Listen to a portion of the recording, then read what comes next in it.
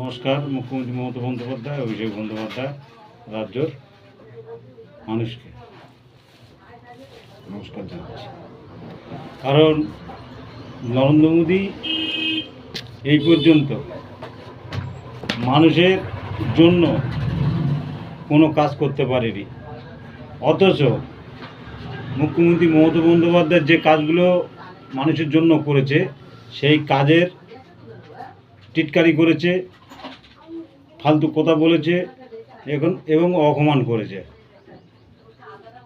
তাই নরেন্দ্র মোদী যেটা বলতে চাচ্ছে যে মুখ্যমন্ত্রী মমতা বন্দ্যোপাধ্যায়ের জেলের ভাত খাওয়াবো, এসব ডায়লগ সেই 2014 সাল থেকে শুনে আসছে, আর 26 সাল আসছে। তো যে হিরো পার্টি সে তো অরিজিনাল লড়ে যাচ্ছে আমাদের সাথে। নরেন্দ্র মোদী, অমিত শাহ, আমাদের নওশাদ সিদ্দিক, এরা তো কমপ্লেন সবসময় টিএমসি দিয়ে যাচ্ছে। তাই আমাদের কিছু করতে পারবে না, এটা কিন্তু 100% গ্যারান্টি। আর কলকাতা যে মন্ত্রীর ওপরে আক্রমণ করেছিল, এটা কিন্তু আমরা সতর্ক হয়েছি, এবং পুনরায় যদি এরকম কোনো জায়গায় প্রবলেম করে বিজেপি, ছেড়ে কথা বলবো না। আর শুভেন্দু অধিকারী আর বিজেপির আরও নেতারা বলছে যে আমরা কালীঘাটে মুখ্যমন্ত্রী মমতা বন্দ্যোপাধ্যায় ওখানে ঝামেলা করবে। তাই বলছি, যখন ঝামেলা করবে তখন শুধু আমাদেরকে জানিয়ে ঝামেলাটা তুমি করো। দেখি নরেন্দ্র মোদী কত বড় মোস্তান হয়েছে, আর নরেন্দ্র মোদী কতটা মোস্তান আছে সেদিনে আমরা বুঝিয়ে দেবো। দিলীপ ঘোষ ডাইরেক্ট অভিষেক বন্দ্যোপাধ্যায় ঠেট দিচ্ছে, তৃণমূল কংগ্রেসের ঠেট দিচ্ছে যে আমরা সবে একটা মন্ত্রীর বাড়ি আক্রমণ করেছি, এখন অনেক মন্ত্রীর বাড়ি আক্রমণ করব। আমি শুভেন্দু অধিকারী আর ওই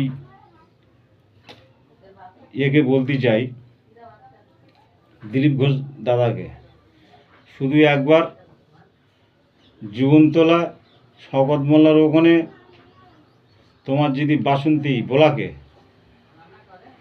সন্দেশখালীর বোলাকে যদি কোনো বিজেপির বড় বড় মোস্তান থাকে শুধু একটিবার ওখানে ঝামেলাটা তুমি পাকাও। কলকাতায় বিভিন্ন রকম লোক চলাচল করে, এখানে খুব একটা কিছু বোঝা যায় না।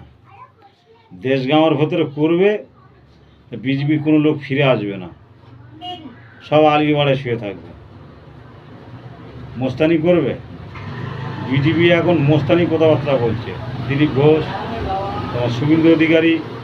তাই পাবলিক যখন খেপে যাবে, চারিদিকে ঘুরে বেড়তে ধরে নেবে, ছাড়বে না কেউ। একে তো এসআইআর করে, এনআরসি করে মানুষের মাথা গরম হয়ে আছে, আর ফের এই বিজেপি যেখানে যেখানে যাবে ভোট চাইতে, সেখানে দেখবে বিজেপিরা মার খাবে, ওই পাবলিকেই মারবে। যাদের নাম কেটেছে তারা 16 সালে, 21 সালে, 24 সালে সব ভোট দিয়েছে। তাহলে সেই ভোটে নরেন্দ্র মোদী প্রধানমন্ত্রী হয়েছে, এখন তাদের বাদ হয়ে যাচ্ছে। ওই বলে না যে কুমির পার হয়ে কোলা দেখায়, তা সেই তাল হয়েছে নরেন্দ্র মোদীর।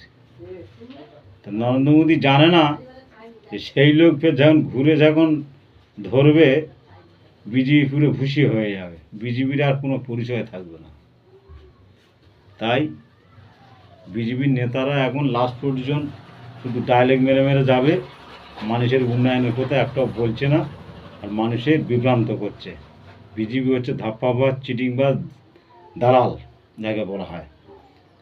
মানুষের এই পর্যন্ত মানুষের জন্য কোনো কাজ করেনি, আর 14-12 বছর একটাও কোনো কাজ করেনি, মানুষের একটি উন্নয়ন দেয়নি।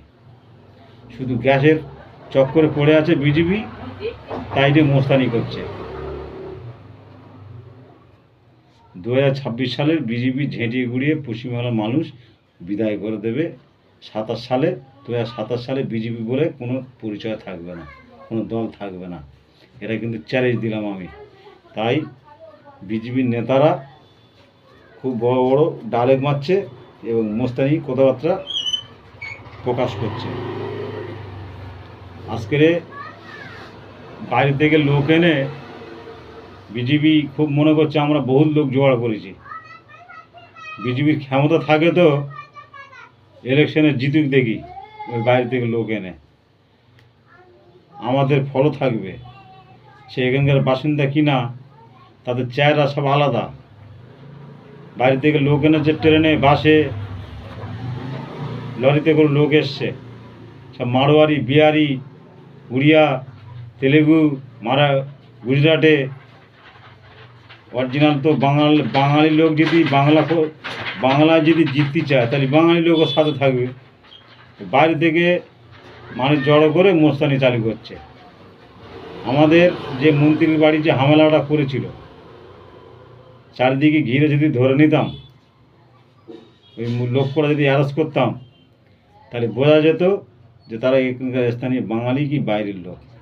বাইরের লোক হলে তো ছাড়তাম না। তাই চিন্তাভাবনা করছি 2026 সালে হাড্ডাহাড্ডি লড়াই। পশ্চিমবাংলার মানুষকে বলে যাচ্ছি, একটি ভোট বিজেপিতে দেবেন না। বিজেপি দেওয়া মানে খাল কেটে কুমির আনা। তাই বিজেপি থেকে হাত থেকে সাবধান হতে গেলে বিজেপিকে আগে ঝাড় দিয়ে বার করতে হবে 2026 সালে। জয় হিন্দ। তৃণমূল কংগ্রেস জিন্দাবাদ, মমতা বন্দ্যোপাধ্যায় জিন্দাবাদ, অভিষেক বন্দ্যোপাধ্যায় জিন্দাবাদ। জয় বাংলা, জয় বাংলা, জয় বাংলা। নমস্কার, ভালো থাকবেন।